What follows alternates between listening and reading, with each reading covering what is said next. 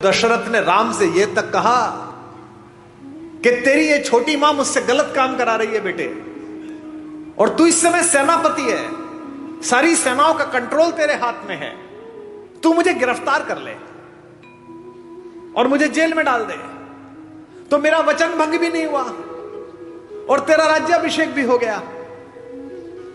मैं जेल में रह लूंगा लेकिन मैं तुझे निष्कासन नहीं दे सकता। लक्ष्मण कहते हैं राम से कि ये तीर, ये धनुष कंधे पे लटकाए घूमते हो, सुबाहु खरदूषण को मार के आए हो, बड़े वीर बनते हो, घर में अत्याचार हो रहा है, अनाचार हो रहा है, चुप बैठे हुए हो। कह रहे वलकल्ला वनवास जाऊंगा, मैंने कैसे भाई की पूजा की, कैसे नायक हो। जब तुम कहते हो मेरे बड़े भैया कि मैं अत्याचार सहन नहीं करूंगा, तो अत्याचार तो यही हो रहा है घर में, तो तीर उठाते क्यों नहीं हो। राम ने कितनी अद्भुत बात कही। राम कहते किस पर तीर उठाऊं, इस मां पर बचपन में जिसका सपना देख के इसके पास आकर सोया हूं, इस पिता पर जिसने सुबह अपने बाल बनाते समय एक सफेद बाल देखा और उस बाल को देखकर गुरु वशिष्ठ के घर गए और कहा कि अब बस मेरा राज्य समाप्त हुआ, राम को दे दीजिए। या इस भरत पर पाप भी जिसकी सोच की सीमा के बाहर खड़ा होकर प्रणाम करता है कि यहां नहीं जा सकता। किस पर तीर चलाने के लिए बोलता है, बता। राम कहते हैं कि बता मुझे, मैं किसको मारकर पातक लूं, इन तीनों में से किसे मार दूं।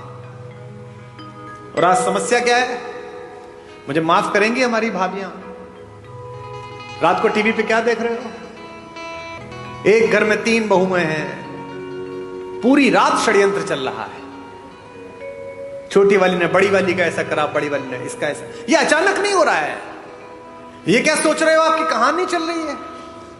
कहानी तो रामायण की चली थी तो कर्फ्यू लग जाते थे।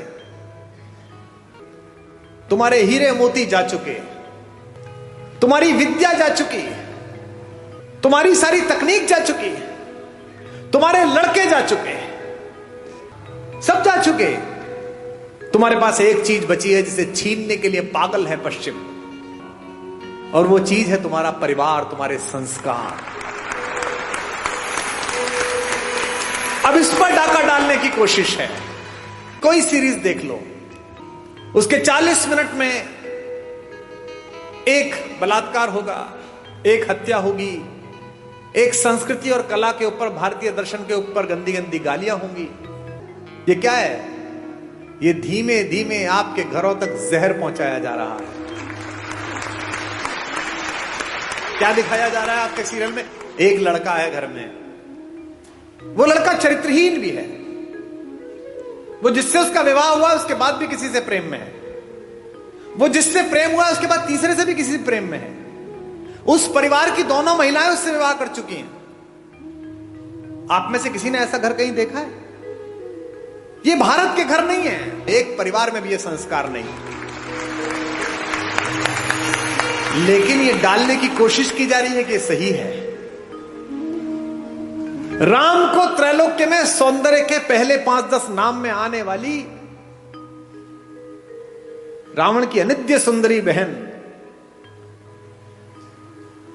सूपनखा प्रस्ताव देती है कि जंगल है, कौन देखेगा, मुझसे प्रेम कर ले, विवाह कर ले, और ये तो वैसे भी बिना मां बाप के तेरे साथ आई है तो सब निभा लेगी। राम कहते हैं माता मेरा विवाह हो चुका। लक्ष्मण से कहती है, लक्ष्मण भी यही करते हैं, गुस्से में सीता को हानि पहुंचाने की कोशिश करती है और ऐसे में अस्त्र उठता है और उसकी नाक पर चोट लग जाती है, जो रावण के गुस्से का कारण बनी है।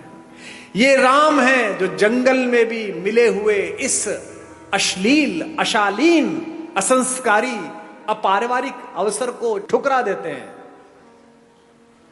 और एक रावण है जो पंचकन्याओं में पूजित माता मंदोदरी का पति होने के बावजूद भी सिर्फ इतना सुनकर कि जंगल में 2 लोग घूम रहे हैं, उनकी बीवी बहुत अच्छी है, उसके पीछे लग जाता है, इसीलिए उसके कुल वंश का नाश होता है, सारी पीढ़ियां ध्वस्त हो जाती हैं, सब लोग समाप्त हो जाते हैं। मैं केवल ये सोचता हूं कि अगर मेरे बोलने से 10 लोग, 20 लोग, 50 लोग, 100 लोग भी गुणात्मक परिवर्तन जीवन में हो जाए तो बढ़िया बात हो जाएगी। एक सज्जन ने मुझे चिट्ठी लिख कर दी, ऐसे ही जैसे ये चिट्ठी आई है, कि साहब वो मैं कल आया था, आपने राम और भरत के प्रेम के विषय में बताया, और मेरे सगे भाई साहब जो है वह हिम्मतनगर गुजरात में रहते हैं, और मेरा उनसे 25-30 साल से संपत्ति विवाद चल रहा है। ना मैं उनके बच्चों की शादी में गया, ना वो मेरे शादी में आए। पर कल रात सुन के मैं बहुत रोया। अब कल जब आपका कार्यक्रम समाप्त हो जाएगा तो मैंने दोनों बेटों को, बहुओं को लेकर मैं जा रहा हूं हिम्मतनगर, और संपत्ति के और अदालत के सारे कागज लेकर उनके चरणों में रख दूंगा और कह दूंगा भैया जो आप जाने करिए, बस मुझे माफ कर दीजिए, मुझे चरणों में स्थान दीजिए। मुझे लगता है कि यही आपका पारिश्रमिक है, यही आपका प्रतिफल है। जिस समय आप दूसरे में ईश्वर देखना प्रारंभ कर देंगे, उस समय ईर्ष्या, कुंठा, बेईमानी, दुष्टताएं सबका विलोप हो जाएगा।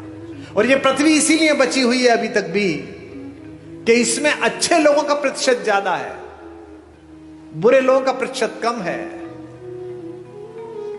हमारे एक शायर का शेर है कि दुनिया नफरतों की आखिरी स्टेज पर है, इलाज इसका मोहब्बत के सिवा कुछ भी नहीं। ये दोनों भाई थे, यूक्रेन और रूस, एक दूसरे के खून के प्यासे हैं, निरपराध लोगों को मार रहे हैं। और मरवा कौन रहा है? वो बाहर बैठा हुआ एक आदमी, वो यूक्रेन से कह रहा तो चिंता मत करना, हथियार कितने में मिलेंगे तू जारी रख। ऐसे बहुत लोग मिलेंगे आपके परिवार में बाहर खड़े हुए, जो आपके बच्चों को, आपकी बेटियों को, आपके बेटों को आपको सिखाएंगे कि घर में लड़ाई है, जारी रख, मैं तेरे साथ खड़ा हूं। वो अपने साथ खड़े, आपके साथ नहीं खड़े हुए। जो भी व्यक्ति ऐसी बात करता मिले कि चिंता मत करना, मैं तेरे साथ खड़ा हूं, अपने भाई के खिलाफ हो जा, बहन के खिलाफ हो जा, मां के खिलाफ हो जा, समझना कि वो आपके साथ नहीं खड़ा है। क्योंकि जो आपके साथ खड़ा है वो कह रहा है कोई बात नहीं, थोड़ा नुकसान फायदा चलता रहता है। राम से सब छिना लेकिन सब मिला। इसीलिए मैं बार बार अपने सत्र में एक बात कहता हूं, महत्वाकांक्षा खूब रखिए, लालच शून्य रखिए।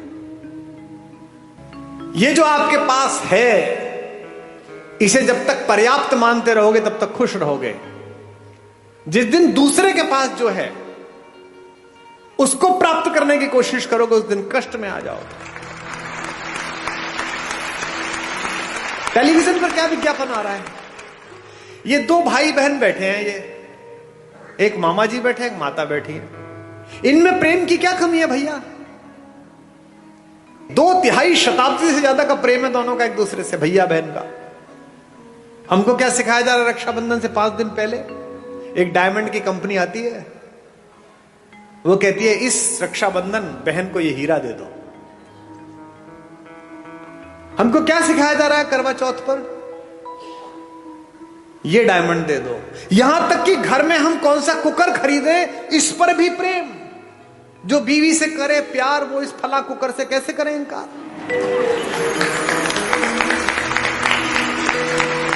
यानी जिनके घर में वो कुकर नहीं आता वो अपनी पत्नी से प्रेम नहीं करते।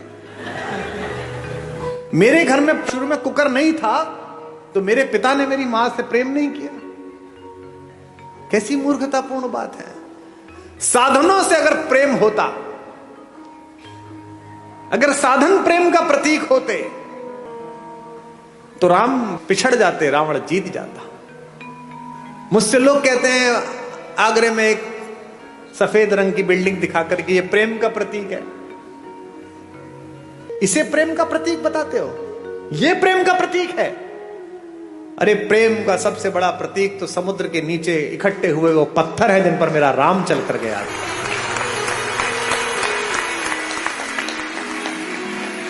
राम ने कहा है ऐसी की तैसी इस पर्वत की, ऐसी की तैसी इस समुद्र की। अगर मेरी प्रेमिका, मेरी पत्नी के बीच में कोई आया है तो 7 समंदर पार छुपाओ, उसके घर में जाके मारूंगा। ये प्रेम है, इसे प्यार कहते हैं। प्रेम साधन पर कैसे निर्भर हो गया? महिलाएं एक दूसरे से पूछती हैं इस बार करवा चौथ पे क्या दिलाया, इस बार एनिवर्सरी पे क्या दिलाया। नहीं, उपहार देने चाहिए, लेने चाहिए, अच्छी बात है, पर इससे प्रेम कैसे जस्टिफाई हो रहा है? कोई ज्योतिषी बता सकता है कि इस वाली शादी में इतने कैरेट का हीरा दे दो, इसके बाद तलाक नहीं होगा? बता सकता है? नहीं बता सकता। लेकिन अगर माओ ने बेटियों में संस्कार डाले हों कि जिस घर जा रही हो उस घर में जो मां है वो भी मां ही है, अगर पिताओं ने पुत्रों में संस्कार डाले हों कि जिसकी बेटी इस घर में आ रही है उसका उतना ही अधिकार है जितना तेरा इस घर पर अधिकार है, तो हीरे की जरूरत ही नहीं है, घर ही अयोध्या बन जाएगा।